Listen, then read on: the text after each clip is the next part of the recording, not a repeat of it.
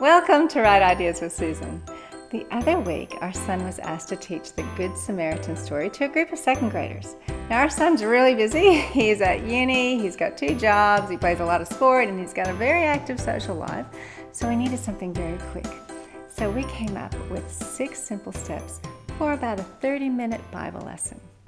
First of all we did was sit the kids on the floor and play a simple game of Simon Says. And then after that, he gave a little bit of context for the story he was about to read. And then he just read the parable from the Beginner's Bible, and the kids listened. Now, I love this Bible for primary age kids because it has enough detail of the story and it's quite consistent with the biblical narrative. Now, after he finished reading the story from the Beginner's Bible, he asked the kids, who wants to act out the story? So then they did a drama. So he picked 7 actors. Of course, he had the man who was the victim, then he had the 2 robbers, the priest, the temple helper, and then the Good Samaritan, as well as the innkeeper too. So he got them up, and all he did, again, was take the Beginner's Bible, and he read the story from the Beginner's Bible. And as he read their part, they walked across the classroom and acted it out.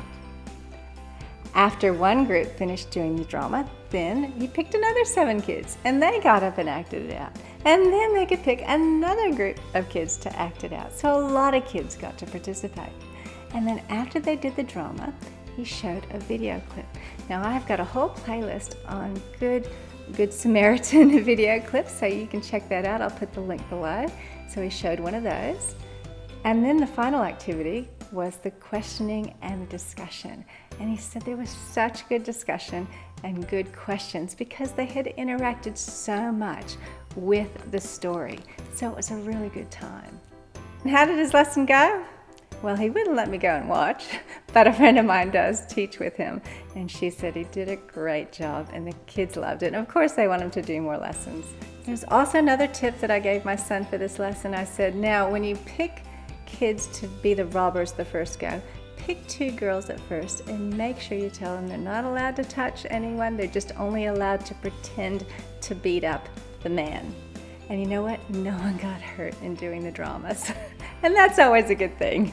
If you like this quick and easy lesson idea, can you click the like button below?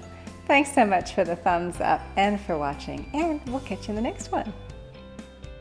Which one of these 3 acted like a neighbor towards the man who was attacked by the robbers?